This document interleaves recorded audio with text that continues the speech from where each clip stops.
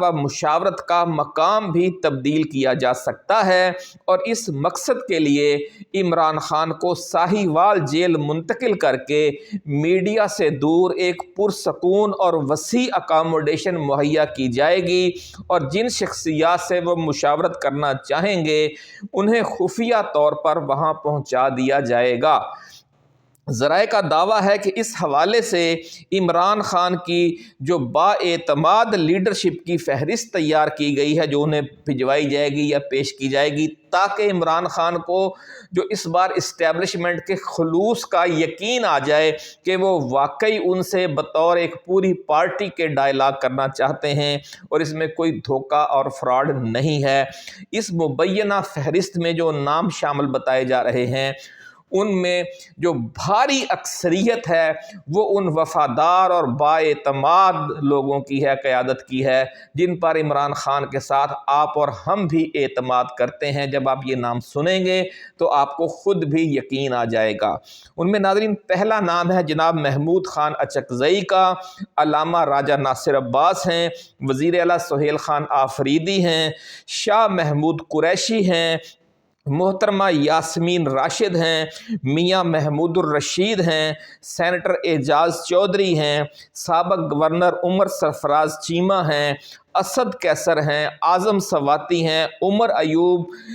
جنید اکبر Khan, Qasim Khan sorry, مراد سعید، میاں اسلم اقبال، میاں حماد اظہر، حلیم عادل شیخ، خرم شیر زمان، چودھری پرویز الہی، خالد خورشید خان، شہریار خان آفریدی، عمیر خان نیازی، قاسم خان نیازی، مینا خان، عادل خان بازئی، داؤد شاہ کاکڑ، سردار عبدالقیوم خان نیازی، بابر سلیم سواتی، عالیہ حمزہ، زرتاج گل وزیر، فیصل ترکئی، عاطف خان، شہرام ترکئی، شکیل احمد خان، تیمور سلیم جھگڑا، انور زیب خان، سلمان اکرم راجہ، شہزاد اکبر، بابر اعوان، بیرسٹر سلمان صفدر، بیرسٹر علی ظفر اور کچھ دیگر لیڈر شامل ہیں۔